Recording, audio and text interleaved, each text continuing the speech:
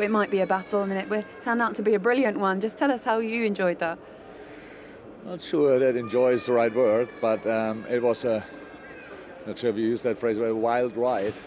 They deserved their 3 goals for the way they played. We obviously couldn't deal with that properly with these long balls today for different reasons. We should have scored more goals. We had incredible chances. They had, I think, 1 more first half when Joel cleared off the line pretty much. Second half, can't remember any chances of them apart from the goals. And I said they deserved it. They deserved it. We played offensively or with the ball. I don't think you can control them much better. So because we created a lot of chances, clear-cut chances, played offensively really well, but couldn't deal with them today defensively. When you look back at the chances, will you look at Mo Salah's one where he just chipped it over, and will that be the one that keeps you up? No, these things happen. It was brilliant play. The pass from Robbo to Diogo turns, 2 touches, Sadio 1 touch, next pass, and Mo alone in front of the goal. It's brilliant football. And then you have to accept that. Mo scores usually in these situations, today not. There's absolutely nothing to say about. I really liked how we connected up front, how we played together. That was all good. How I said, we should have scored more. But then, look, if we win 3-2 or 4-3, we still had these struggles defensively. That's how it is. They did incredibly well. Tony and Bumo really did really well. And so it was really tricky for the boys. But first half, it was more like the second balls we didn't pick up in midfield. And then second half around the goals, it was just they deflect the balls and are always in a better position than us. We can do better in this situation. We just didn't today, and that's then, of course, not really satisfying. But how I said, spectacular game, and Brentford deserved the point. There was a moment as well, because their keeper Raya made some brilliant saves, and there was a moment just towards the end of the game where even you and Thomas Frank looked at each other as if to say, "Wow." Yeah. No, that's how it is. I have no problem with accepting that. When you play this kind of football, I'm not sure it was the last chance, probably it was, top ball from Trent to Sadio calm, pass ball square, and then I'm not sure why Bobby doesn't touch the ball, the goalie touched a little bit, the centre half touched a little bit. So, how I said, that's football. And you have to create these things that you deserve to win. We would have deserved to win today because we had much more chances than Brentford. But they deserved the point as well because they was a proper fight. First half, the very first chance, they defend, nearly knocks the post down, stuff like this. So that's I respect that a lot, but in the end, there were other situations where we should have done better. And if we would have done better, then it would be a completely different game, because then we cut off the only thing they did today. That's completely fine, but that was the goalie should have number 10 on his back. So with the balls he played, and that's tricky to defend. But how I said, we should have done better. There was some. He did 3 goals in the Premier League, and that's their first choice back 4 that turned out tonight. Why did they look so vulnerable this evening for you? I have no idea. It's because they've only conceded 1 all season prior to this game, and it was against Chelsea. But they've looked nervous every time Brentford got out. They look nervous today. They look really nervous today. I said that at half-time. Every time the ball went forward, they look vulnerable. I don't know why, because normally Matip, Trent Alexander-Arnold, Virgil van Dijk and Andy Robertson are solid, aren't they? Yeah. They're experienced players. Normally they cruise through games. They didn't today. They got a shock to the system. And whether that means Jurgen will make a change for Man City next week. He's got Joe Gomez fitting well, of course, who played midweek against Norwich. He's got Canate, who's played against Palace and Norwich midweek. So they've had game time. So you wonder whether Manchester City will play a completely different way than what Brentford did, but they look vulnerable. That area of Matip and Trent Alexander-Arnold, they stayed away from Virgil van Dijk and Andy Robertson on that side of the pitch. Everything was directed there. They loaded up the back posts, and it was predominantly on the side of Trent and Matip, and they caused them numerous problems. And that means, and it shows what they've done. They've done their homework extensively, and they know the weakness in Liverpool's defence is there, that area, and that might show a number of other teams as Liverpool move forward. And what does that do to the players' confidence, I suppose, as a defensive unit, before they take on Manchester City at Anfield on Sunday? Well, Macca makes a good point. It's a different test. That is almost harder to play against than it is to play against Man City. Because with Man City, you know that they're going to keep the ball and they're normally in front of you. What they did is the ball was up in the air, it was long and direct, and because they won the first header, when the ball gets on the deck, the second phase, the pitch opens up. And I think Brentford deserve a ton of credit for identifying the fact, long balls, direct balls, Liverpool struggle with that. We've seen that. And they capitalise on that today. And that the manager, Thomas Frank, deserves a ton of praise. And also, they got the midfielders pushing right up with them, didn't they? It wasn't just a long ball, second header, and everybody's defending. Yeah. The midfielders were right up with them helping, just in case the second ball fell. And I thought Tony, he won so many headers up against Matip and Van Dijk. And he's been renowned for his scoring ability, of course, but now it shows you that he can also mix it up with the big centre defenders as well. And I thought that was a real impressive part, because he's not physically big, is he? But you can see he grows onto the pitch, and he's turning to be a real leader for Brentford. You get the impression he's got a point to prove. I mean, he was at Newcastle for a spell in the Premier League. It just didn't work out for him back then. Manish, he got 33 goals last season in the Championship. So but that's in the second tier. No, but you've got to still score. The boy can score. But what he did today is, Van Dijk's going to come out of that game and never forget his name, because he remembered the energy and effort he put into every challenge. Yeah, I think it was an incredible crowd today. 1-0 for Liverpool, 1-1, and again, and now we play 3-3 against Liverpool. I think it was the dream from all kids, and now I stay here and have this incredible fans. Does it almost feel like a win? Yeah, for us, of course. In the game, before the game, we say we tried the best against Liverpool. I think it's one of the best teams in the world. And now we play 3-3, a draw, and yeah, it feels like a win. You played your part in it.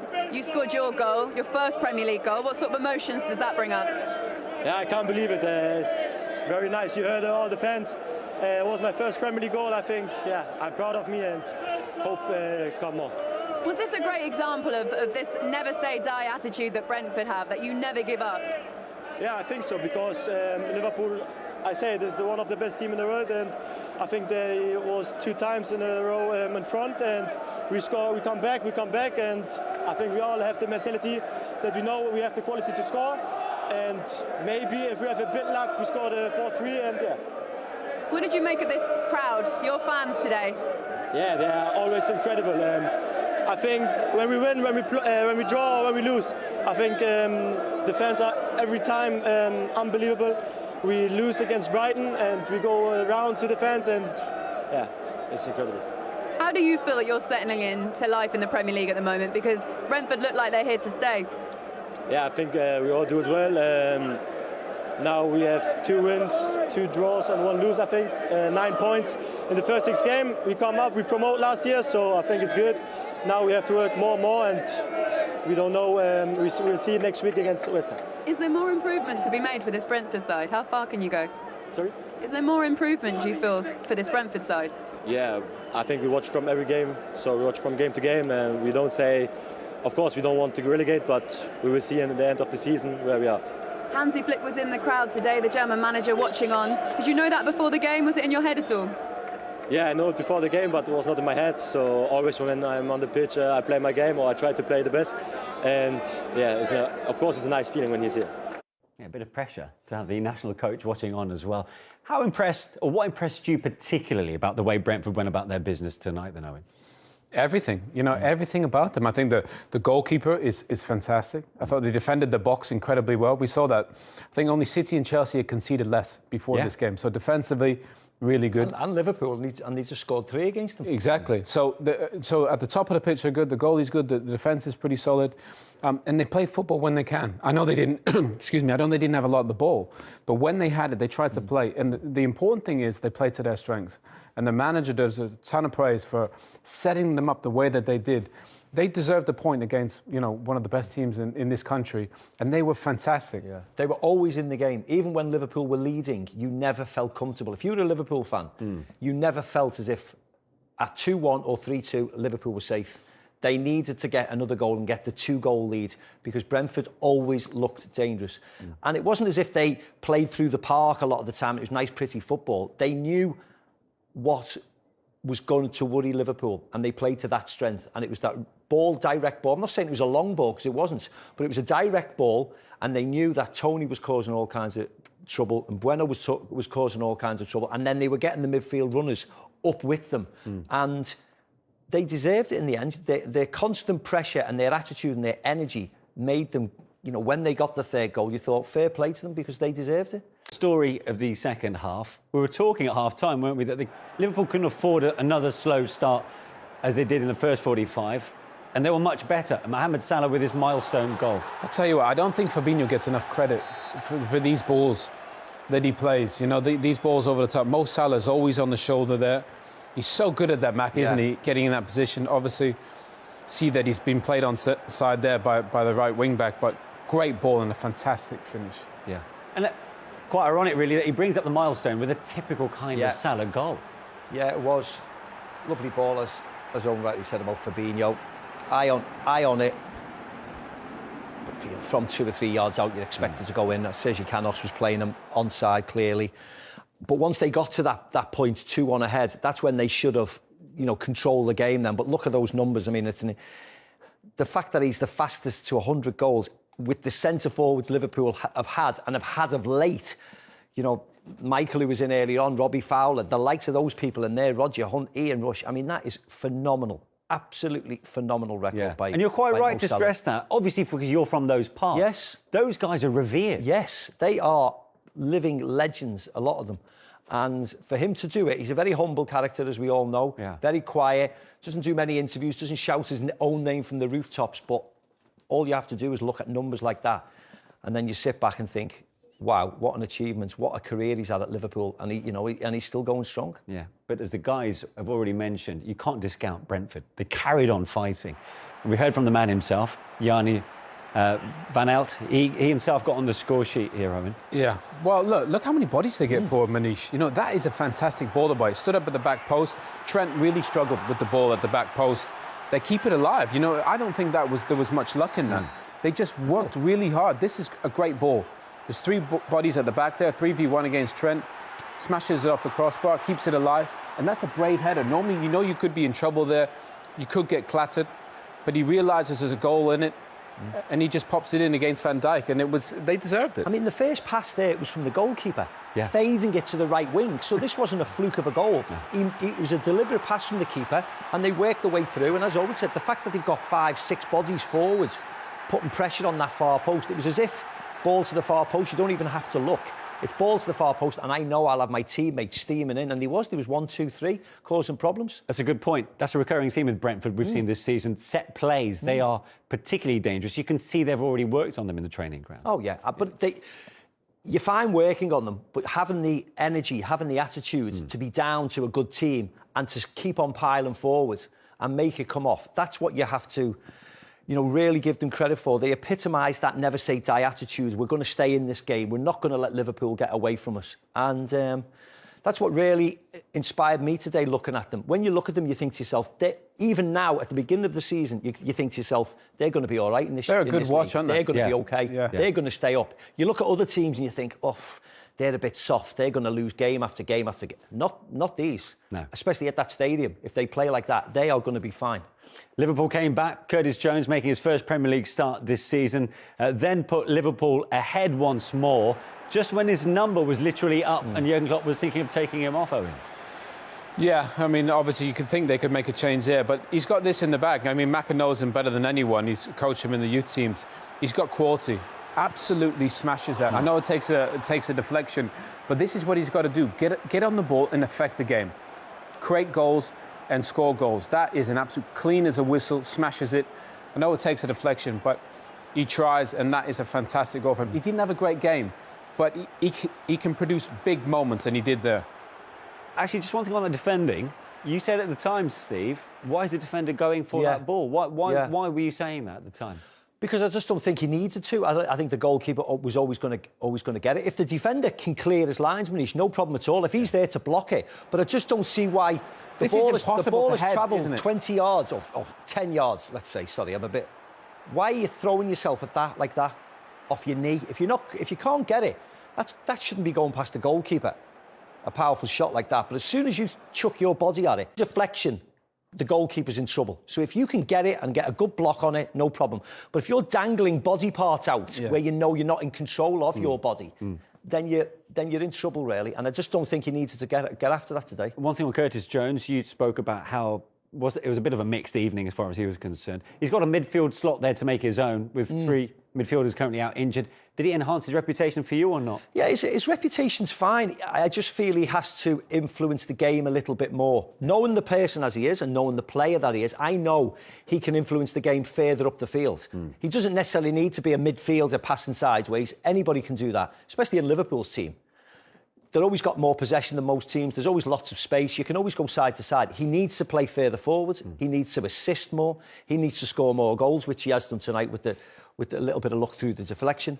But if he wants to stay in the team or get in front of Thiago or get in front of Harvey Elliott or get in front of, Oxlade-Chamberlain, which he is, he needs to keep on improving, I think. Yeah. OK. Well, Jones' goal made it 3-2. How good a chance was this for Mohamed Salah to make it 4-2? Yeah, I mean, Maka said on the counter, and they were so dangerous. Mane and Salah, perfect players for this. And you think, I mean, I was a bit surprised that just by the touch is good. This link-up play is fantastic.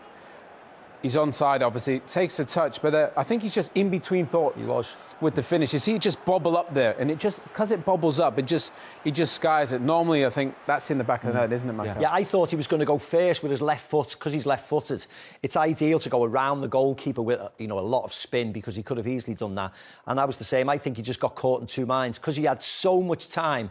He's had a touch, but then I know it did bobble up. But even his finish, because it was with his laces, it was always just going to go straight to the goalkeeper. He could never ever get it over the goalkeeper and down, not from that type of angle. Well, talking of finishes, what about this one from Johan Visser to make it 3-3? Yeah, I mean, again, they're chasing the game, but they're getting plenty of bodies forward. All at the far post again. Yeah, obviously. I mean, they overloaded Trent the whole game.